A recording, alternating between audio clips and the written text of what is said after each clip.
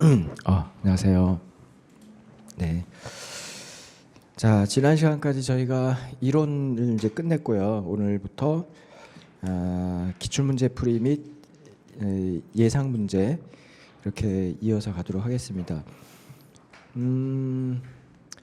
혹시 뭐 노무사 기출문제를 한번 접해 보신 분들은 뭐 아시겠지만 문제가 너무 쉬워요. 너무 쉬워서 사실은 이 문제별로 특별히 설명할 게 없는 경우도 많아요. 아주 간단하게 그냥 뭐랄까 용어 정리 정도 그 정도로 나오는 경우도 꽤 있어서 그런 부분을 좀 설명을 하면서 시간을 낭비하기보다는 제가 지난 기수한테 문제 불입할 때는 그냥 기출 문제만 충실히 풀어드렸거든요. 근데 그거보다는 차라리 그냥 약간 난이도가 높아지더라도 유사 시험의 기출 문제를 좀 갖고 와서 추가 설명 드리는 게 좋겠다 그렇게 생각을 했습니다. 그래서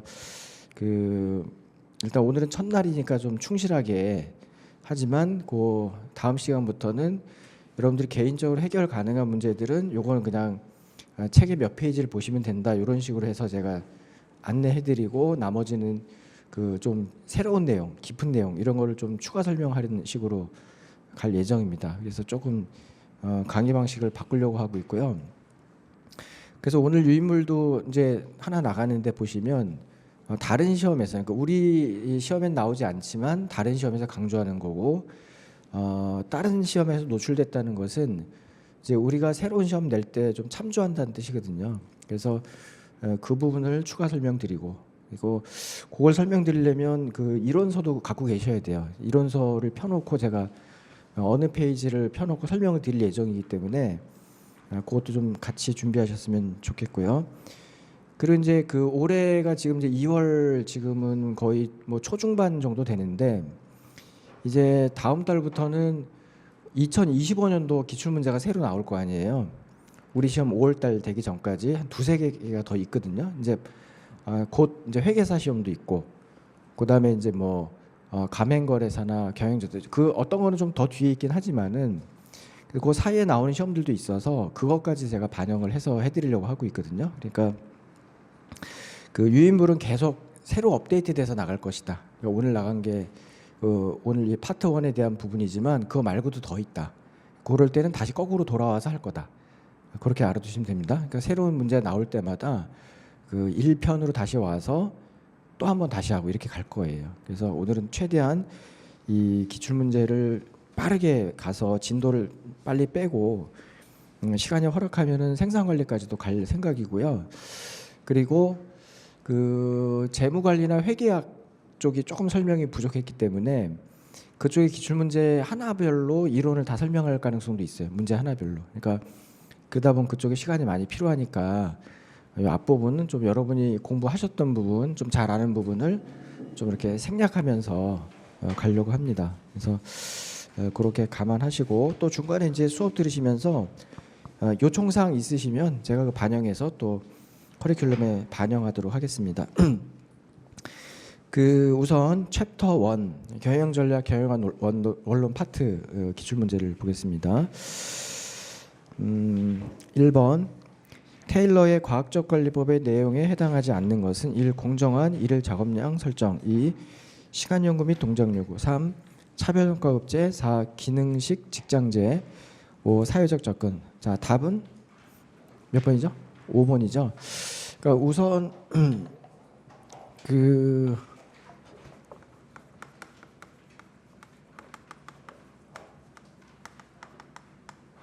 경영관리 역사가요, 전통적 관리가 있고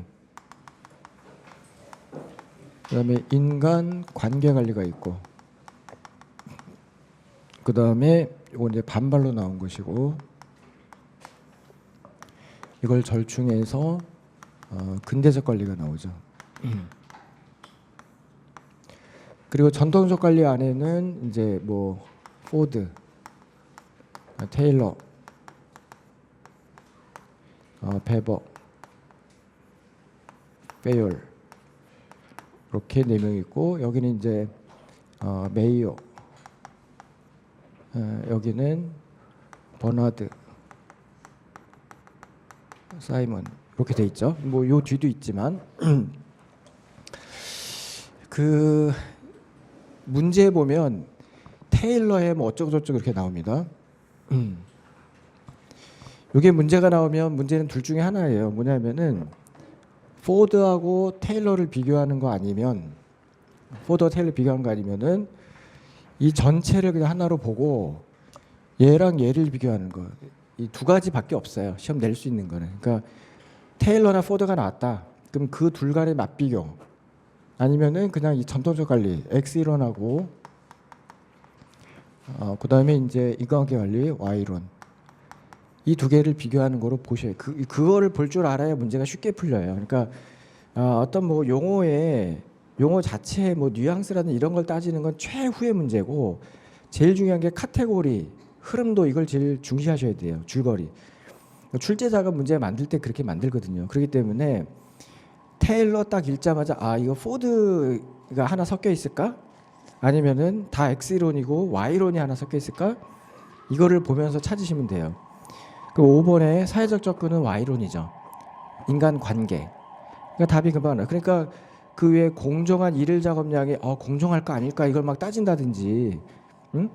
기능식 직장 제도가 기능식인지 기술식인지 뭐 이걸 따질 필요가 없다는 거예요. 그러니까 그 내용의 어떤 그 뉘앙스나 뜻을 가지고 따지지 마시고 그건 최후의 수단이니까. 그래서 제가 이제 오늘은 첫날이니까 객관식 문제 푸는 요령을 하나씩 적어 드릴게요. 객관식 문제 풀이 요령 한 10대까지가 있는데 지금 처음 나온 게 뭐냐면은 그 흐름도상에서 그 상대되는 개념, 상대되는 개념이나 이론 이거를 이용해서 푸는 거예요. 흐름도상에서 이게 첫 번째. 물론 이거보다 더 중요한 게 하나 있는데 그건 나중에 또 그런 문제가 나오면 제가 해드릴게요. 문제 나올 때마다 문제 푸는 패턴이 있는데 상대 이론을 우리가 찾는 게 더 중요해요. 상대 이론을 가지고 상대 이론을 이용해서 비교하면서 푸는 거예요. 비교하면서. 그러니까 쉽게 말하면 카테고리죠. 카테고리. 그렇게 하면은 이 1, 2, 3, 4를 읽을 때 시간이 엄청 줄어들어요. 그렇죠? 이거를 하나씩 여러분 되게 민감하신 분들이 있거든요. 완벽주의자들. 이런 사람들은 이거 하나씩 다 따진다고. 시간연구 및 동작연구에서 뭐가 틀린 게 있는지 없는지 그걸 따지고 있는데 그러면 그럴수록 시간 가니까 일단은 큰 카테고리를 먼저 딱 쳐버리세요. 이걸로 걸리면 1초에 답이 나오는 거예요. 그래서 이 공정한이라는 말이 여기도 나오지만 동그라미 1번 일일 작업량을 뭐라고 하죠? 과업이라고 하죠. 과업 설정도 공정한이라는 말이 나오지만 채용도 공정한이라는 말이 나와요. 다른 기출문제 나중에 구경하게 될 거예요. 공정한 채용 요 말을 넣어요. 테일러에서 그런 말 나온다는 거 나중에 알아두시고 그다음에 이 4번의 기능식 직장제도라는 말을 통해서 요거는 단속 생산 쪽이구나. 그러니까 보통 우리가 생산 패턴이 연속과 단속으로 구분되는데 테일러는 단속 생산 쪽의 개념을 갖고 주로 전개가 됐구나. 그러면 포드는 연속 생산 쪽이죠. 그렇게 해서 우리가 이 둘을 또 걸러낼 수가 있습니다. 그다음에 이제 문제 2번. 그다음에 3번 차별성과급 제도가 테일러 거면은 포드는 뭐죠? 포드는 시간급제죠. 포드는 시간급. 그다음에 이제 문제 2번 갑니다.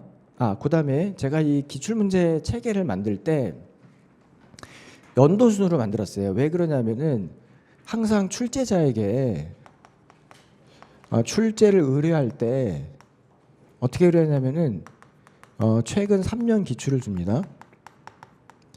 최근 3년 기출을 주고 이걸 참조해서 문제를 만들어 달라고 그래요. 그러면서 이거랑 똑같은 건 내지 말고 요 정도의 수준에 맞춰서 만들어 달라 이렇게 요구를 합니다. 그렇기 때문에 우리한테 제일 중요한 건 2022, 23, 24. 그래서 제가 21까지 설명할 때는 내용 위주로 설명하지만 22, 23, 24 할 때는 요번에 요게 그러니까 22년에 요게 나왔기 때문에 다음에 뭐가 나올 것 같다. 예측을 해야 됩니다. 올해.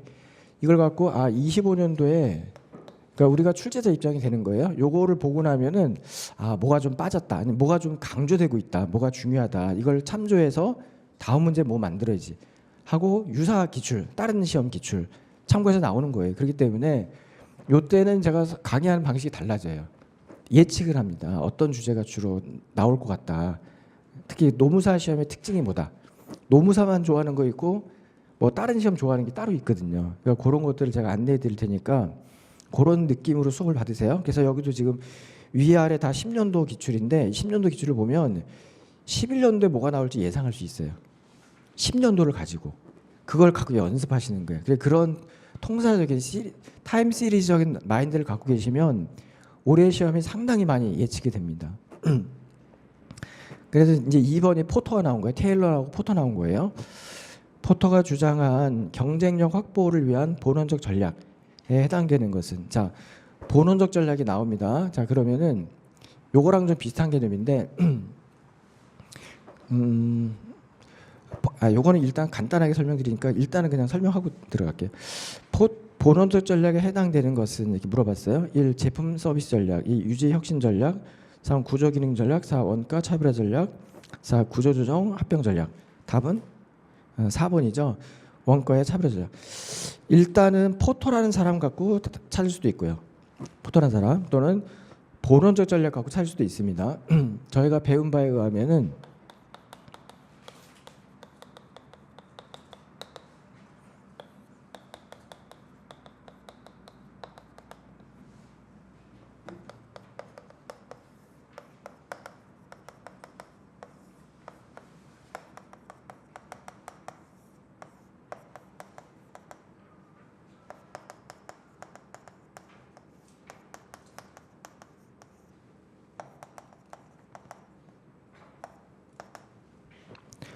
자, 그러니까 포터의 본원 전략이 떠오르면 흐름도에서 어디에 있는지 위치가 찾아주셔야 돼요.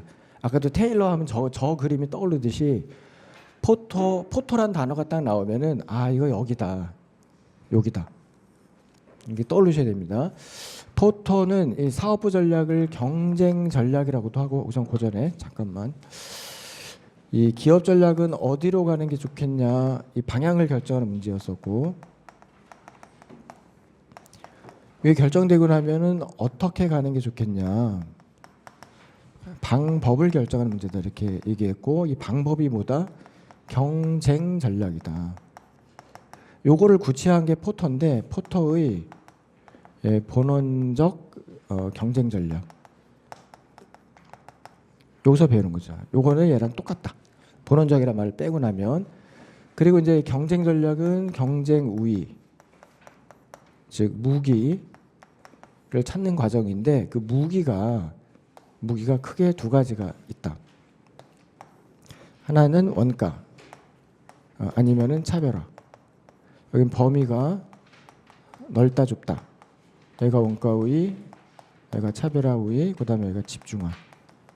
이렇게 우리가 배우는 거죠. 그래서 그 포터의 본원적 경쟁 전략이란 단어를 만나면 이걸 의미로 찾지 마시고 흐름으로 찾으세요. 흐름으로. 아, 어디 있던 거다. 어느 자리에 있던 거다. 그러면 그 주변에 이런 게 이제 떠오르는 거거든요. 그래야 제일 빨리 풀어요. 그래서 이제 이게 답인 것이죠. 물론 다 아실 거지만 일단 나중에 어려운 문제 나와도 푸는 과정을 제가 설명드리는 거예요. 답을 찾아가는 과정을. 그래서 이 단어를 만나면, 문제인 단어를 만나면 아 이게 어디쯤 있던 거다.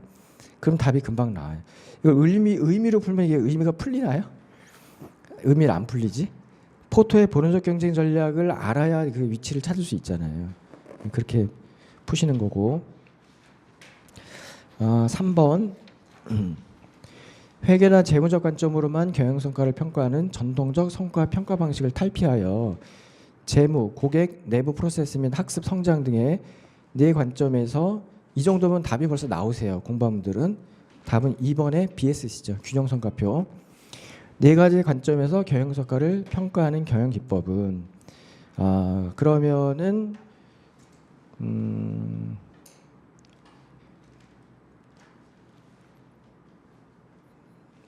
그러니까 이제 문제 안에 회계나 재무적 관점으로만 성과 평가는, 여기까지 전통적 성과 방식이고, 요거는 결과 중심이고 상류층 중심이잖아요.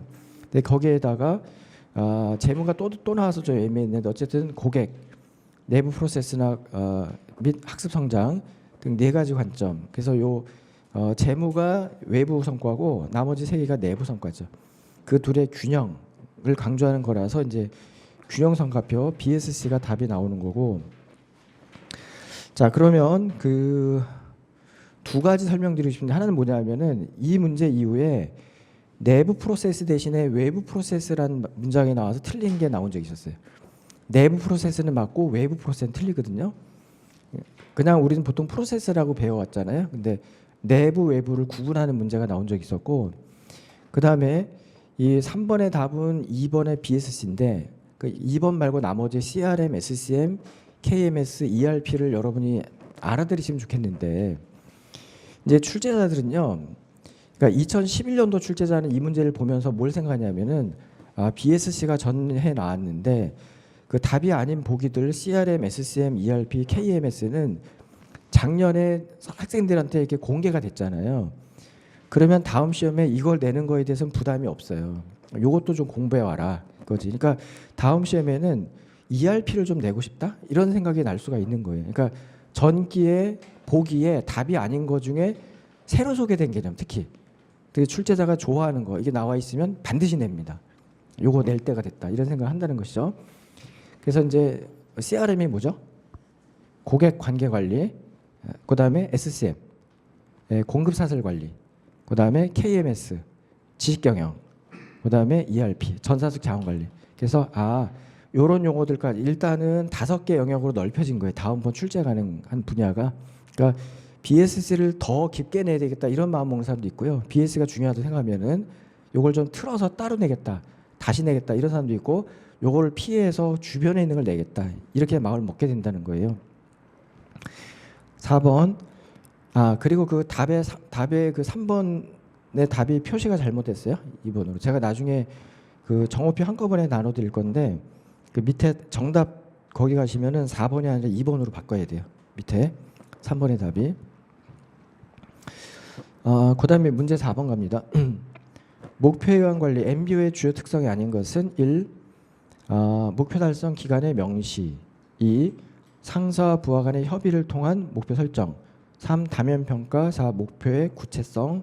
5. 실적에 대한 피드백. 답은 3번이죠.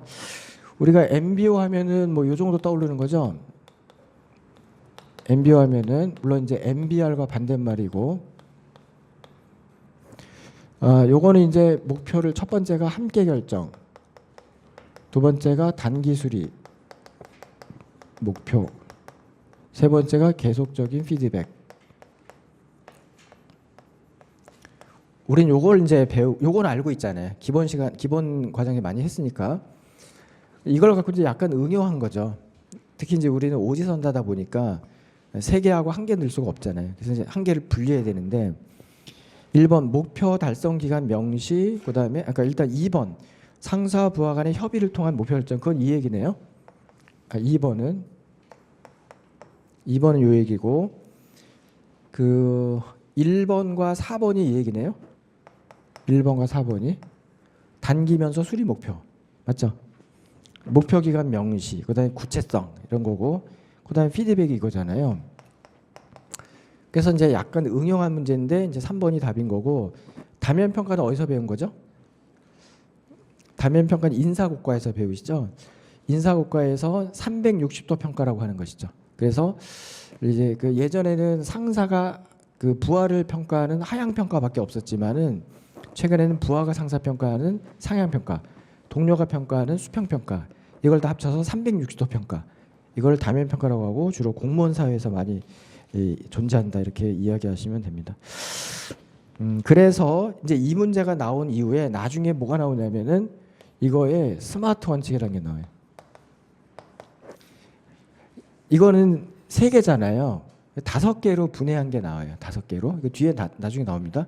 이렇게 문제가 점점 발전하는 거예요. 변형되면서. 이게 나왔기 때문에 또 낼 수는 없잖아요. 이게 중요하다 생각해. 그럼 이런 것들을 가지고 이제 스마트 원칙이라는 걸 냅니다. 뒤에 나오니까 나중에 볼게요. 그 다음에 자, 여기까지가 네 문제가 10년도 문제입니다. 이거를 보고 11년도가 뭐가 나왔는지 한번 예상해 보세요. 이렇게 4개 나왔어요. 자, 11년도에 주식회사에 관한 특징으로 옳지 않은 것은 1. 주주의 유한 책임, 2. 소유경영 분리, 3. 소유권 이전 어려움, 4. 자본의 증권화, 5. 대규모 자본 조달 가능. 답은 3번에 소유권 이전이 너무 쉽죠. 왜냐하면 주식으로 종이로 문서화해가지고 서로 거래할 수 있게 해주기 때문에 매우 쉽다. 그러면 이제 그렇게 깊게 들어갈 필요는 없지만 주식회사가 나오면 뭐가 생각나야 되냐면은 주식회사가 나옵니다. 그러면 이제 여기가 기업의 형태를 배우는 자리예요. 기업 형태.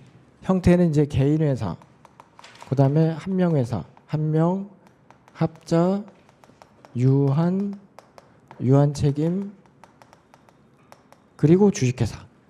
이게 떠오르는 거예요. 주식회사 나오면 그러면 요걸 비교하는 문제를 내겠거니. 그렇죠? 그러니까 여기는 그 소유권 이전이 거의 불가능하죠. 불가능. 여기는 자유롭죠. 소유권 이전이 아주 원활하지. 그러니까 이렇게 출제자가 이걸 생각하는 거예요. 그냥 아무렇게나 만드는 게 아니에요. 그러니까 이 유한회사랑 이거 다 합쳐서 얘네들과 얘를 비교한 문제다. 그러니까 주식회사의 내용으로 풀면은 너무 어려워요. 그 최후의 수단입니다. 그래서 이렇게 보시고 6번 현대 경영학 이론에 관한 설명 옳지 않은 것은 1. 과학적 관리법에서는 효율과 합리를 강조한다. 2. 인간관계론에서는 인간의 사회 심리적 요인을 중시한다. 3. 행동과학 이론에서는 조직 내 비공식 조직의 활용을 중시한다. 4. 시스템 이론에서는 조직을 여러 구성인자가 유기적으로 상호작용 결합체로 본다. 5. 상황 이론에서는 조직 구조가 조직이 처한 상황에 적합해야 한다고 본다. 이 중에 옳지 않은 것은 답은 이건 약간 어려운 문제에 속합니다. 약간 어려운 문제에 속하는데 답은 3번이 되고 행동과학 이론에서는 조직 내 비공식 조직의 활용을 중시한다. 이것도 행동과학 이론의 내용을 갖고 풀려면 되게 어려워요. 그냥 카테고리를 푸는 거예요. 예를 들면은 여기서 좀 더 가면 인간관계 관리를 계승한 게 행동과학이고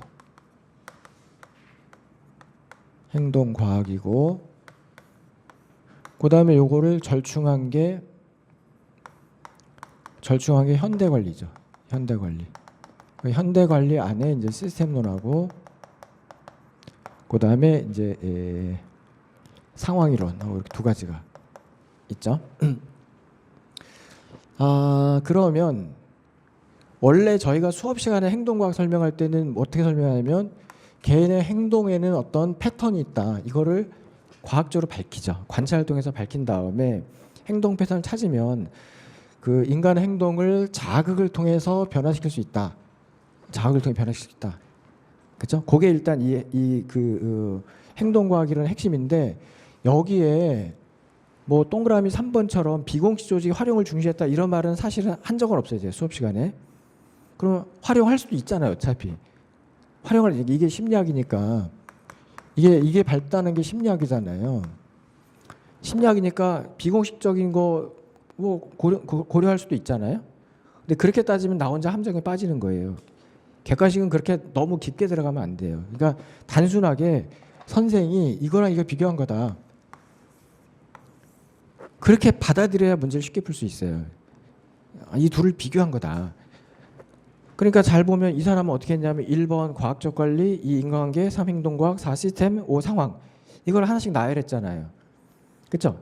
내용의 정부를 묻는 게 정오를 묻는 게 아니고 그냥 카테고리를 제대로 알고 있느냐 네가. 이걸 물어본 거거든요. 대부분 시험이 카테고리거든요. 그러니까 흐름도를 잘 그리시는 게 되게 중요한 거예요. 그러면 이 3번은 2번 설명이네. 2번에 보니까 거기도 심리 나오네요. 사회심리. 그러니까 이거 2번 설명한 거네. 3번이 틀렸네. 이렇게 찾아야지 이게 안심이 되는 거지. 그러니까 문제 접근법을 잘못 들어가면 되게 헷갈립니다. 내용으로 풀면. 그래서 제가 한 10가지 정도 적어드릴 건데 한 10번째가 내용으로 푸는 거예요. 내용. 의미로. 이건 최후의 수단. 나머지 9개 했는데도 안 됐을 때만 접근하셔야지 그 저걸 먼저 들어가시면 나 혼자 함정에 빠집니다. 또 어떤 사람은 조사나 뭐 이런 거 하나 가지고 이게 뭐뭐도 뭐뭐가 이거 틀린 거 아니야 막 따지는데 그러면 그게 왜 잘못됐냐면은 경영학 선생님들은 국어를 못해요. 솔직히 말하면 국어를 제대로 표현할 수가 없어요. 진짜 이상한 문장 많아요. 나중에 보시면 실제 그렇거든요. 그러니까 혼자 국어 시험을 보시면 안 돼요. 그냥 경영학 시험 보셔야 되죠. 그리고 이제 2분의 특징이 11년도 출제자의 특징이 뭐가 있냐면 앞에 10년도는 문제가 다 단답식이잖아요. 여기서는 문장이 나오기 시작했어요. 그러니까 2분은 확고한 적어도 객관 시험이 저렇게 딱 단답식으로 나오면 안 된다. 너무 쉽다. 그러니까 문장으로 바뀌어야 된다. 그렇게 해서 6번, 7번 다 문장으로 나오잖아요. 분야도 바꿨어요. 분야도. 그러니까 앞에 1, 2, 3, 4에 없는 분야가 딱 나왔어. 물론 이제 6번은 약간 겹치긴 하지만 그래 출제자가 개성이 있는 사람이냐 대세를 따르는 사람이냐 이런 것도 되게 중요합니다. 그리고 시스템 이론 말을 되게 어렵겠죠. 여러 구성인자가 유기적으로 상호작용한다. 우리는 수업할 때는 여러 하부 시스템이 그렇죠? 하나의 목적을 달성해서 유기적 관계 맺는다. 이렇게 배웠습니다. 됐고 7번 가겠습니다. 7번도 어려운 문제예요. 이 당시는 이렇게까지 들어온 적이 없었어요. 해외 시장으로의 진출 전략에 대한 설명 옳지 않은 거. 1. 전략적 제휴는 다른 기업들과 특정 사업 및 업무 분야에 걸쳐 협력 관계를 맺어 공동으로 해외 사업에 진출한 전략. 이 해외 자회사 장점은 해외 시장에서 많은 자금과 기술을 운영하면서 기업의 자신들을 해외 정부로부터 안전하게 지킬 수 있는 것이다. 3. 라이센싱은 자신의 제품을 생산할 수 있는 권리를 일정한 대가를 받고 외국 기업에게 일정 기간 동안 부여하는 것을 말한다. 4. 국제 합작 투자의 장점은 기술의 공유, 위험 분산, 마케팅 및 경영 노하우의 공유 등이다. 5. 해외 직접 투자는 기술 자본, 상표, 경영 능력 등 여러 생산 요소가 하나의 시스템으로 해외에 이전되는 것을 말한다. 전략적 제휴, 자회사, 라이센싱, 조인트 벤처, 해외 직접 투자, FDI 이렇게 5개를 다 나열했어요. 그렇죠? 이분의 성격입니다. 6번도 그랬잖아요. 5개 다 하나씩 나열한 것처럼. 자, 그러면 옳지 않은 건 몇 번일까요? 옳지 않은 것은 2번입니다. 다 맞아 보이긴 하죠. 틀린 데가 거의 없어 보여요. 어딘가 빈틈을 찾아야 되는데 1번 전략적 제휴는 협력 관계를 맺어. 일단 이게 키워드고요. 협력 관계를 맺어. 뭐 특정 사업 업무 분야에 걸쳐 협력 관계를 맺어 뭐 공동으로 진출한다. 2번 해외 자회사의 장점은 안전하게 지킬 수 있는 것이다. 이게 키워드죠. 안전하게 지킬 수 있는 것이다. 그다음에 라이센싱은 일정한 대가를 받고, 그러니까 권리를 일정한 대가를 받고 주는 거고. 4번 조인트 벤처는 공유죠. 공유. 끝에 가서 공유. 핵심이고.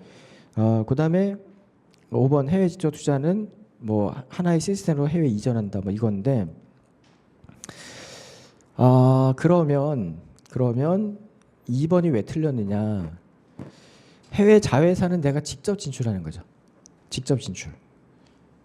그러면 위에 1번 조인트 벤처나 1번 전략적 제휴나 3번 라이센싱이나 4번 조인트 벤처는 공유해서 나가는 것이죠. 그러니까 1번과 3번과 4번의 성격이 비슷하고 나 혼자 가는 게 아니라 해외 파트너 이용이고 2번과 5번은 내가 직접 나가는 것이죠. 크게 분류하면. 그러면 이제 2번과 2번에서 내가 직접 해외 나가면 안전성이 높아야 낮아요? 그러니까 위험이 높아야 낮아요? 위험이 높지. 그러니까 틀렸지. 단순하죠. 그렇죠? 우리가 국제화에서 이렇게 배우시죠? 국제화가 국내 기업 수출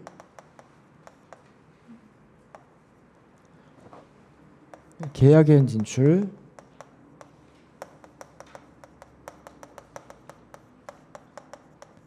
해외 직접 투자. 여기는 이제 다국적 기업, 초국적 기업. 그 수출도 이제 간접 수출, 직접 수출. 자, 이 순서가 매겨진 이유가 뭐였죠? 위험이지, 위험. 얘의 위험보다 얘의 위험이 크고, 물론 얘보다 얘의 위험이 더 크고, 요 위험보다 이 위험이 더 크고, 이 위험보다 이 위험이 더 크고, 그래 순서가 나오는 거잖아요, 그렇죠? 그러면 이제 그 계약인 진출이 아까 얘기한 뭐 조인트 벤처라든지 뭐가 있었나, 그 라이센싱이라든지 뭐 이런 거 있었잖아요. 이런 거 요쪽이고, FDI 해외 직접 투자, 뭐 이런 거라든지 해외 자회사도 요거의 한 종류로 볼 수가 있겠죠. 해외 자회사, 내가 직접 나가는 거니까. 그러니까 이거 갖고 위험을 그냥 따지면 되는 거예요. 위험의 크기 가지고. 안전하다 그러니까 틀린 거지. 조인트 하면은 왜 안전하냐면은 현지인이 절반을 갖고 있기 때문에 함부로 하지 못하지. 그렇죠? 중국에서 우리나라 그 기업인들이 한참 잘 나가다 쫓겨날 때, 그래서 거기 만약 중국인이 같이 조인트 했다면은 그렇게까지는 안 했을 수도 있어요. 근데 이제 100% 한국 기업이면 뭐 당연히 쫓아내고 다 뺐죠. 그런 경우도 있죠. 자, 이렇게 해서 푸시면은 카테고리가 엄청 파워풀하구나. 그렇게 받아들일 수 있고, 이 내용으로 푸는 건 되게 어렵습니다. 그러니까 2번도 맞는 말 같거든요. 해외 시장에서 많은 자원과 기술을 운영하면서 기업의 자산들을 해외 정보로도 안전하게 시키다. 그냥 슬쩍 읽으면 맞아 보이지만 어차피 하나 틀리게 해야 되기 때문에 흐름도 안에서 찾으시면 좋겠다, 그런 얘기입니다. 그 다음에 8번, 포토가 제시한 산업 경쟁에 영향 미친 5개 요인에 해당하지 않는 것은, 요거는 이제 12년도니까 출제자가 완전 느낌이 다르죠. 출제 패턴이 다시 단답식으로 나오죠. 1. 대체품 위협. 2. 진입장벽. 3. 구매자 교섭력. 4. 산업 내 경쟁업체들 경쟁. 원가 구조. 답은 5번이죠. 포토의 5홀스는 다 외우고 계시죠? 포토의 5홀스는 이렇게 해서 자, 5개. 여기가 이제 경쟁자, 여기가 공급업자, 여기가 구매자, 여기가 잠재적 진입자, 여기가 대체재. 이렇게 하고 나서 이제 원가가 빠지는데, 원가도 포토의 연구에 나오는 거죠. 포토 연구에서 요게 나오거든요. 자, 그 다음에 9번, 인간관계론의 내용에 관한 설명으로 옳은 것은 1. 과학적 관리법과 유사한, 특히 옳은 걸 고를 때 조심하세요. 보통 이게 한 80%가 옳지 않은 것을 고르는 문제 안에서 옳은 것이 갑자기 섞여 있을 때 문제를 가볍게 읽은 분들은 계속 옳지 않은 것을 푸는 사람들이 나오거든요. 그럼 1번 틀렸다 1번 찍고 그냥 넘어갑니다. 그럼 나만 혼자 틀리는 거죠. 다 아는 건데도. 그러니까 옳은 것에는 반드시 동그라미 해놓고, 옳지 않은 것에는 X를 해놓고 그 번호 옆에다가도 OX를 꼭 하셔야 돼요. 그래 나중에 돌아와서 찍더라도 실수하지 않습니다. 과학적 관리법과 유사한 이론이다. 인간 없는 조직이란 비판 들었다. 심리요인과 사회요인은 생산성 영향을 주지 않는다. 4. 비공식 집단을 인식했으나 중요성 낮게 평가했다. 5. 메이오와 레슬리스 버거를 중심으로 호손 실험을 거쳐 정리되었다. 옳은 것은 좀 생뚱맞은 문제인데, 이건 출제자가 좀 잘못한 거예요. 왜냐하면은 학자 이름을 내면 안 됩니다. 응? 무슨 뭐 암기식 무슨 행정학도 아니고 뭐 학자가 뭐 했다 이렇게 물어보면 안 되는데, 이건 학자 이름 물어본 거잖아요. 그러니까 메이오와 레슬리스 버거. 물론 호손 실험 요거는 이제 당연히 아시는 거고 맞는 거고. 근데 레슬리스 버거 때문에 고민한 사람 꽤 있었을걸요. 처음 듣는 사람인데 이거 틀린 거 아니냐? 그렇죠? 그런데 학자 이름을 갖고 건드리면 안 됩니다. 이거는 소개용으로만 쓰면 상관이 없지만. 그러면 이분은 앞에 10년도 11년도 기출을 보면서 요쪽이 좀 강조가 되고 있구나. 예를 들어서 1번에 테일러 얘기 나왔죠? 1번에 테일러 문제 나왔고, 그 다음에 11년도 갔더니 6번에 뭐 과학적 관리법 한 번 더 나오고 인과관계로 쭉 나왔잖아요. 이 중에 하나 좀 내고 싶다 이런 거를 결정한 거예요. 앞에 소개된 걸 참조해서. 그래 놓고 인과관계론을 깊게 들어갔는데 자 5번이 옳고요. 1번 유사하지 않고 반발로 나온 거고 인간 없는 조직이라는 것이 아니라 조직 없는 인간이죠. 여기는 요거는 조직 없는 인간. 이거 인간 없는 조직. 인간 없는 조직. 이거는 조직 없는 인간. 이거는 인간 있는 조직. 이렇게 되죠. 그래서 2번 틀렸고 3번은 영향 준다. 4번은 중요하다. 이렇게 봤다는 것이죠. 자, 10번. 기업가 정신의 핵심 요소가 아닌 것은 좀 생뚱맞은 문제가 나왔습니다. 1. 비전 제시와 실현 욕구. 2. 창의성과 혁신. 3. 성취 동기. 4. 인적 네트워크 구축. 4. 도전 정신. 답은 4번이죠. 그 기업가 정신이 뭐냐 그러면은 실패를 두려워하지 않고 도전하는 정신. 이걸 이제 말하는데 그러면 5번이 정확히 맞고 도전하다 보면 1번이 필요하겠죠. 1번과 그다음에 3번 성취 동기도 필요할 거고 당연히 이거는 새로운 영역으로 나가는 거니까 창의성이 필요한데 혁신이나 인적 네트워크는 요거는 인사관리 쪽 물론 내부 인적 네트워크는 인사관리인 거고 외부 인적 네트워크면은 영업 쪽이겠죠. 마케팅 영업. 그래서 그 기업가 정신보다는 조금 거리가 멀다. 기능적인 어떤 그 행위다 이렇게 보시면 좋을 것 같습니다. 11번에 그 현대 경영 이론에서 계획 조직 지존 계지조통 하시면 답이 4번에 페어린 것이죠. 자, 페어리 나왔다. 우리한테 이게 중요한 게 아니라 테일러, 포드, 사이먼, 민츠버그가 소개가 됐기 때문에 이후에 뭐 테일러, 포드는 앞에도 나왔으니까 사이먼하고 민츠버그를 다음에 낼 수도 있겠다. 그렇게 예상하시면서 대비하시면 되는 거예요. 이 12년도, 13년도, 12년도, 13년도, 14년도는 문제도 숫자도 적으면서 되게 성의 없게 냈죠. 왜 그럴까요? 이분은 예를 들면은 마케팅이나 생산 전공자예요. 분야는.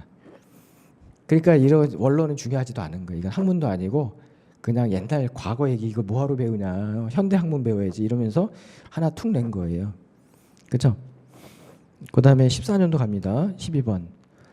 차별화 전략 원천에 해당되는 것은 1. 경험, 효과 2. 규모의 경제 3. 투입 요소 비용 4. 생산시설 활용도 5. 제품 특성과 포지셔닝. 답은 5번이죠. 그 나머지는 다 원가 쪽이네요. 그러니까 항상 시험이 나오면 이제 조금 비슷한 얘기인데 하나 일단 적어 드릴게요. 2. 반대 개념, 반대말 이거를 상정시켜 놓고 보세요. 모든 객관식 문제는 반대 개념이나 반대말을 아예 옆에다가 써놓고 맞비교하면서 이걸 써놓고 이거를 써놓고 그 다음에 똑같이 비교하면서 푸셔야 돼. 그러면 되게 쉬워집니다. 예를 들어서 차별화 전략이 문제가 나오면 원가를 꼭 써두세요. 원가를. 그리고 원가냐 차별화냐 이렇게 비교하면서 분류형 문제를 푸셔야 돼요. 내용으로 풀지 마시고. 그러면 경험 효과가 차별하냐 따지지 마시고 경험 효과가 원가냐 차별하냐. 그럼 원가. 규모 경제가 원가냐 차별하냐. 원가. 그다음에 투입 요소 비용은 비용이니까 원가냐 차별하냐. 원가. 생산 활용도가 원가냐 차별하냐. 애매한데 5번이 제품의 특성 포지션이 원가냐 차별하냐. 차별화 쪽이기 때문에 5번이 맞고 4번이 틀리다. 이렇게 풀 수가 있습니다. 자, 13번. 기업 성과를 높이기 위해 정보통신 기술을 적극적으로 활용하여 업무 과정을 근본적으로 재설계하는 경영 기법은 1. 컨커런트 엔지니어링 2. 비즈니스 프로세스 리엔지니어링 4. 조직 리스트럭처링 4. 다운사이징 5. 벤치마킹. 답은 2번이죠. 그 대부분 시험은 문제에 힌트가 있습니다. 문제에 어떻게? 키워드로. 문제에 어떤 단어를 찾으면 이걸로 바로 답을 구할 수 있는 경우가 꽤 많아요. 문제. 지금도 보시면 뭐 아는 분 다 알겠지만 업무 과정 이게 핵심 키워드예요. 업무 과정. 우리가 BPR이라고 할 때 BPR 하면은 비즈니스 프로세스 리엔지니어링, 이거 해석하면은 업무의 흐름을 근본적으로 개선하는 거, 이렇게 정리가 되잖아요. 업무의 흐름, 비즈니스 프로세스 리엔지니어링, 이게 업무 흐름을, 그러니까 흐름이란 단어가 나온다고요. 문제 보면 여기는 과정으로 써 있지만, 그다음에 두 번째 키워드가 재설계지. 재설계, 그렇죠? 이게 과정이고 이게 재설계지. 그러면 보기를 열심히 보기 전에 문제를 열심히 보셔야 돼. 문제를 보면 문제에 답에 해당하는 키워드가 반드시 나옵니다. 자, 1번의 컨커런트 엔지니어링은 뭡니까? 어디에 나와요? 그러니까 여러분 머릿속에 흐름도가 딱 그려져 있고 어디쯤 어디에 나오는지 어디에 나와요? 생산관리에, 제품 설계에, 동시공학, 동시설계로 배우잖아요. CC. 그게 딱 나와요. 그러면 여러분이 시험 볼 준비가 끝난 거예요. 이 단어를 만나면 단어의 의미를 찾지 마시고 이게 어디에 있다, 어디에 있다, 그 앞에 뭐가 있고 뒤에 뭐가 있다, 그게 떠올리셔야 됩니다. 조직 리스트럭처링은 그냥 리스트럭처링이라고 해도 되는데, RS. 요 리스트럭처링하고, 그러니까 리스트럭처링하고 그다음에 리엔지니어링 하고, 자, 리스트럭처링은요, 기업의 구조를 근본적으로 개선하는 것이고요. 리엔지니어링은 기업의 업무를 근본적으로 개선하는 거예요. 업무의 과정을 이렇게 쓸게요.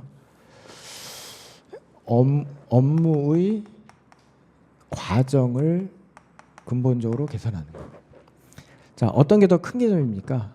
리스트럭처링과 리엔지니어링 중에 누가 더 큰 개념이죠? 얘는 구조 바꾸는 거고 얘는 과정 바꾸는 거예요. 어떤 게 더 큰 개념이죠? 보통 위에 거라고 생각하는 경우가 많은데 아래 게 더 큰 개념입니다. 이건 뭐냐면은 구조만 바꾸는 거예요. 구조만. 이거는 올 바꾸는 거예요. 올. 처음부터 끝까지. 그러니까 리스트럭처링이 작은 개념이고 구조만 바꾸는 거죠. 구조만. 그리고 이건 다 바꾸는 거다. 예전에 그 박근혜 대통령이 대통령 출마했을 때 제일 중시한, 가장 강조한 키워드가 창조 경제였고요. 그 대통령 당선된 다음에 이 부서를 바꾸는데 미래창조과학부라고 부처 이름을 바꿉니다. 그 전에는 무슨 뭐였더라, 무슨 과학기술분과 과기분과 그랬던 거를 미래창조과학부로 이름을 바꿨어요. 부처 이름을. 그런 게 구조 바꾼 거예요. 그러면 그 종업원 그 공무원들이 다 창조과학으로 바뀝니까? 머리가 안 바뀌죠. 그렇게 하려면 이렇게 해야 돼. 과정을. 응? 모이는 방식, 회의하는 방식, 보고하는 방식 다 바꿔야지.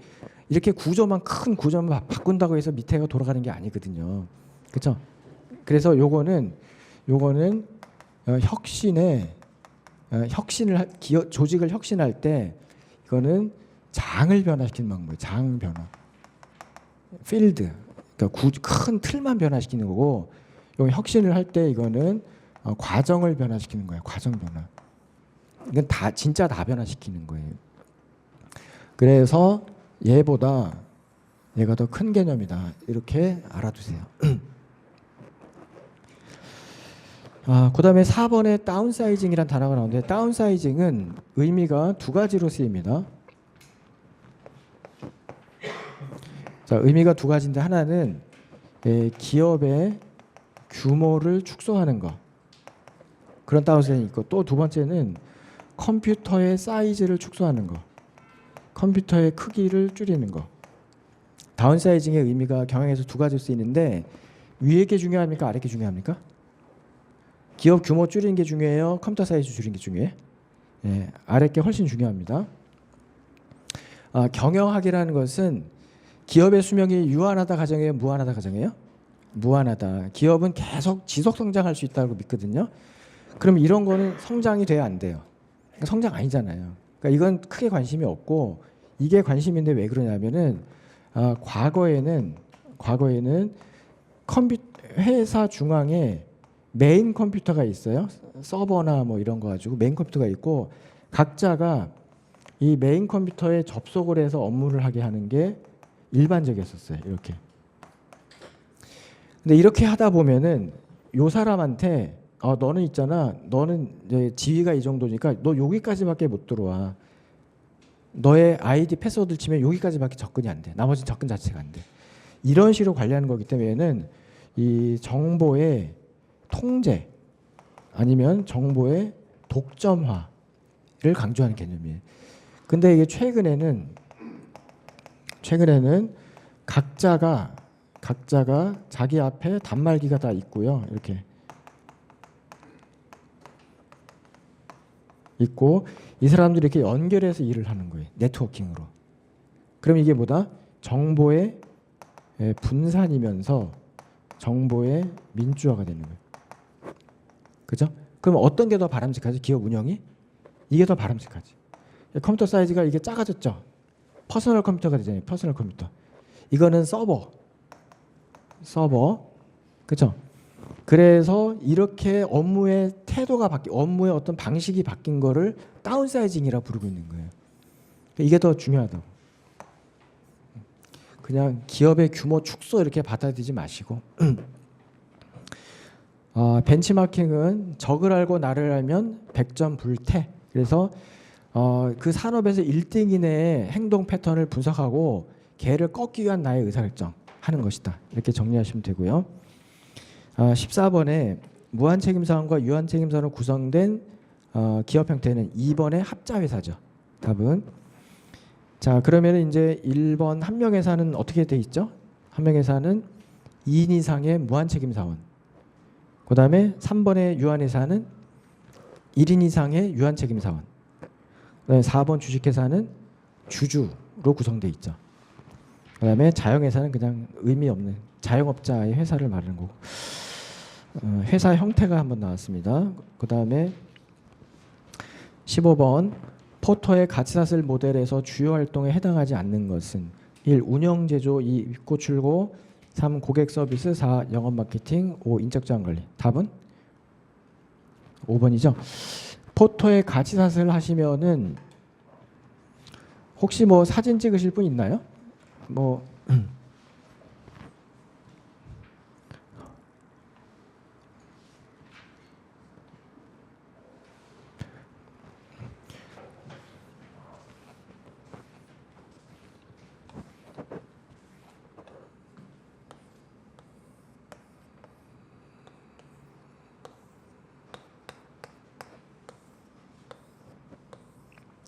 자, 포터의 가치사슬 하면 이게 기억에 나셔야 되는데 제가 하기 전에 저보다 먼저 한번 해줘 보세요. 자, 여기는 뭐죠? 여기는 주 활동 아니면 주요 활동 아니면은 본원적 활동 5개. 이 5개는 기본적으로 구매, 제조, 판매 기능이 반드시 있습니다. 요거를 구매를 주로 인바운드, 판매를 아웃바운드. 그 다음에 이제 마케팅, 그 다음에 AS 이렇게 해서 5개가 있고요. 그 다음에 이제 여기를 지원 활동 또는 보조 활동 4개가 있습니다. 4개가. 여기는 순서는 없는데 보통 여기다가 하부 구조라고 많이 써요. 하부 구조. 인프라 펌 스트럭처. 여기에는 뭐 회계, 재무, 무슨 뭐 품질 관리 뭐 이런 것들이 있고요. 그다음에 R&D가 있고요. 인적 자원 관리가 있고, 그다음에 이제 획득이 있습니다. 획득은 프로큐어먼트 하는데, 이 구매는 뭘 구매하는 거냐 그러면은 이제 원재료 등을 구매하잖아요.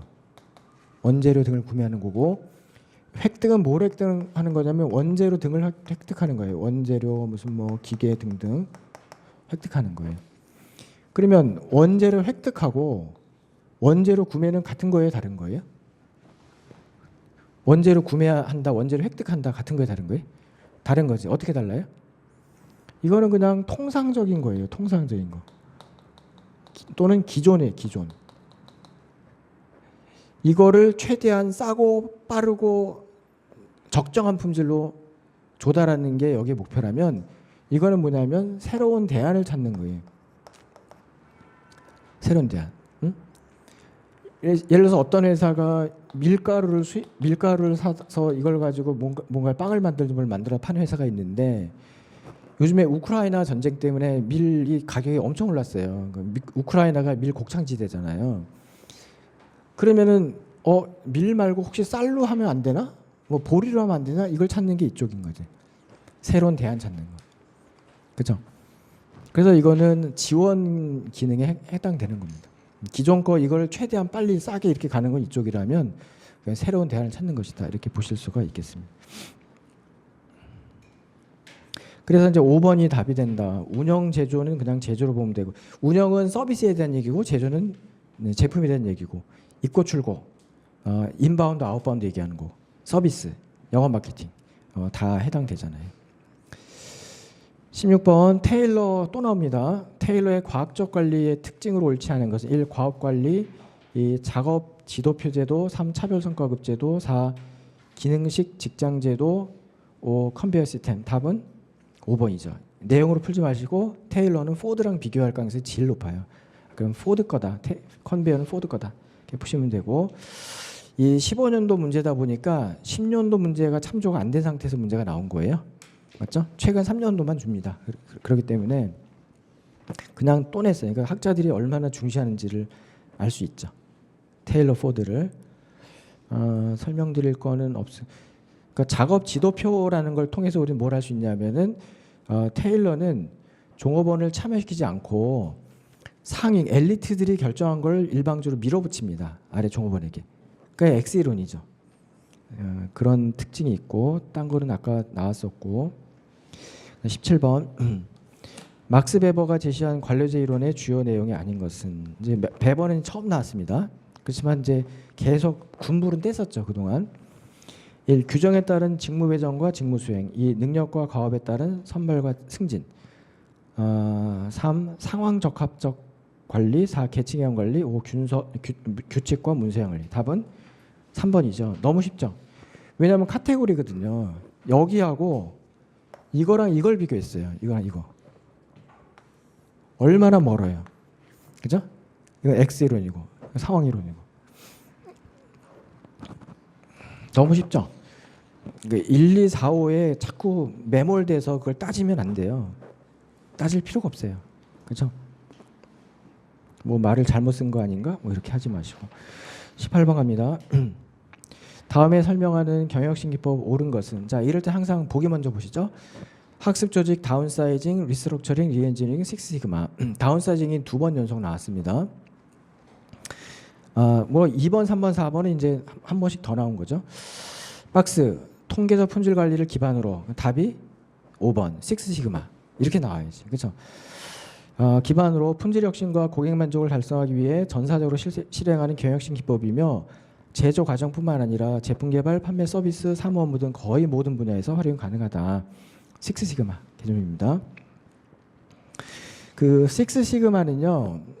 식스시그마는 원래는 이제 100만 개 중 분량이 3.4개 이내 이렇게 원래 정의는 이거잖아요. 100만 개 중 3.4개 이내. 그러니까 이거는 약간 통계적이면서 생산 관리에서 품질 관리 기법으로 쓰였었어요. 옛날에는.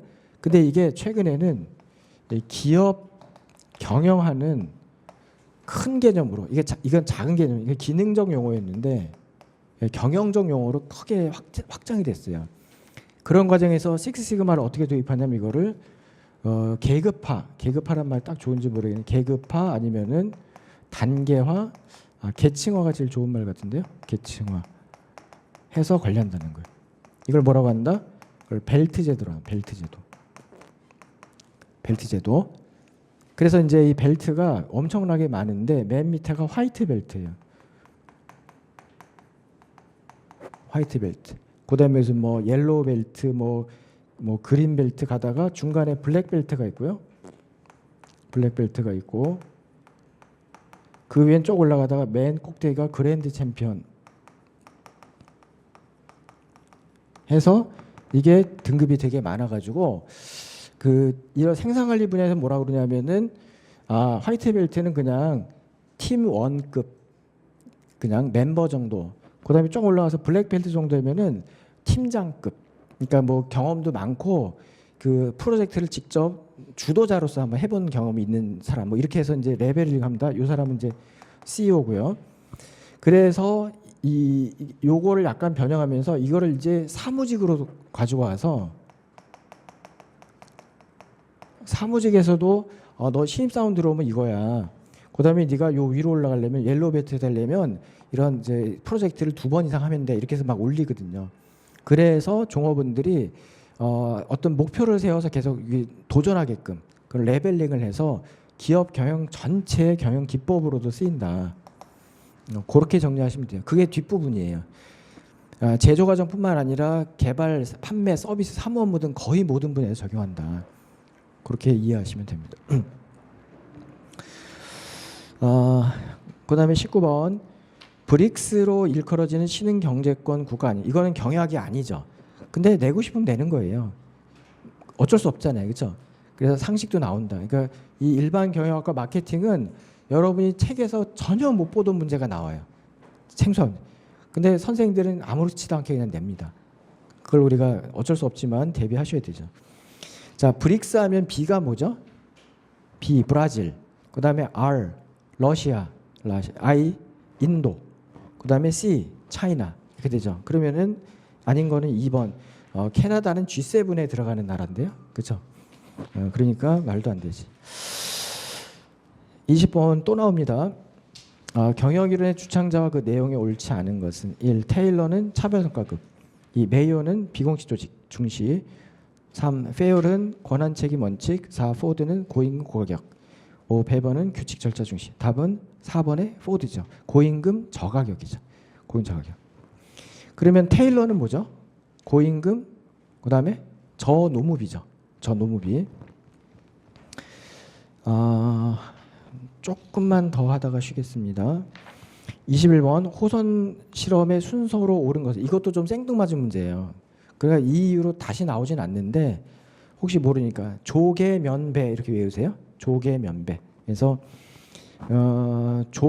조명 실험, 계전기 실험, 면접 실험, 배전기 실험. 저는 수업 시간에는 조명과 면접 실험을 설명드리는데요. 그 사이에 계전기와 배전기가 순서가 바뀌면 안 돼요. 조개면배 이렇게 외우시고요. 답은 3번이고 22번 이제 최초로 나옵니다. 이 주제가 동종 및 유사업종 기업들이 법적 경제적 독립성을 유지하면서 공부하신 분들은 바로 답이 나와요. 법적 독립성 유지, 경제적 독립성 유지. 답은 카르텔. 협정을 통해 수평적도 되게 중요한 용어죠. 수평적 결합한 형태는 카르텔. 자, 지주회사는 홀딩 컴퍼니인데 지배만 목적으로 설립한 회사. 그 다음에 컨글러머릿은 이종 기업의 매수 합병. 트러스트는 M&A 합병. 100% 지배. 콘체르는 연결. 그렇죠? 실질적 지배. 그래서 콘체르의 지배 방식은 크게 두 가지인데 지분율 기준은 20% 이상, 약 50% 정도 지배하면 돼. 100% 지배가 아닙니다. 그 다음에 실질 지배력 기준은 자금 공여 아니면 중역 파견 이렇게 있죠. 그 정도 해놓고 그러면 내가 출제자라면 이 중에 다음번에 뭘 내고 싶을까요? 뭐 콘체르니 제일 그 내고 싶은 용어가 될 것 같긴 한데 아니면 뭐 3, 4, 5를 2, 4, 5를 비교하든지 2, 4, 5 비교 낸다든지 그런 게 이제 다음 출제에 참고가 될 것 같습니다.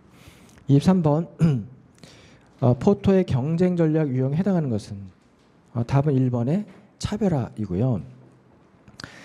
블루오션은 보통 우리가 이렇게 얘기하죠. 블루오션 전략.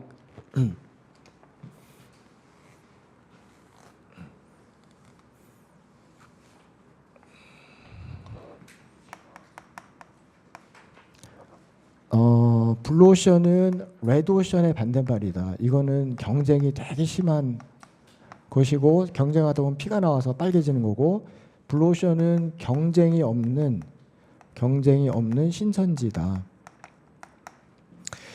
경쟁이 없는 신천지인데 우리는 이거보다 중요한 게 블루오션 전략이죠.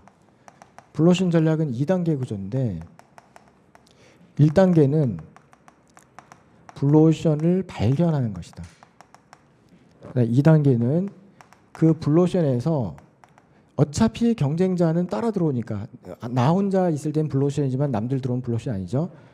나에게 유리한 경쟁 패러다임을 구축하는 것이죠.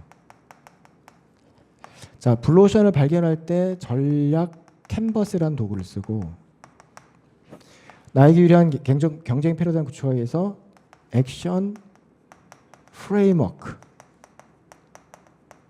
구축합니다. 이 전략 캔버스는 이 지도상의 캔버스에다가 뭐 소비자가 고객이 원하는 거, 그다음에 경쟁사가 공급하는 거를 비교해서, 경쟁사는 지금 현재 이 두 가지 개념을 공급하고 있고 고객은 여기 세 개를 원하고 있다.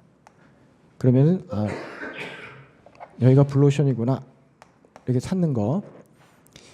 그다음에 액션 프레임워크는 총 4가지가 있는데, 뭐 예를 들어서 이 창조 증가, 감소 제거,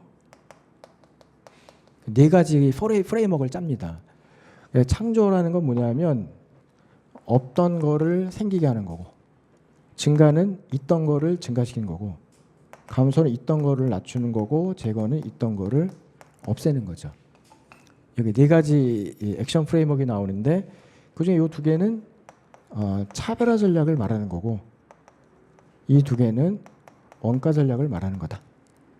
그렇게 이해하면 됩니다. 그래서 시험용으로는 그냥 요게 나온 적도 있고, 요 정의가 나온 적도 있고, 그 다음에 요게 나올 가능성도 있고. 그러니까 블루오션 발견을 위한 도구가 뭐다, 나에게 유리한 경쟁 패러다임 구축하기 위한 도구가 뭐다, 이렇게 나올 수도 있고. 그래서 참고가, 우리가 문제풀이반을 제가 심화를 겸한다고 그랬잖아요. 그러니까 이렇게 조금씩 더 해드릴게요. 안 배운 것이 있으면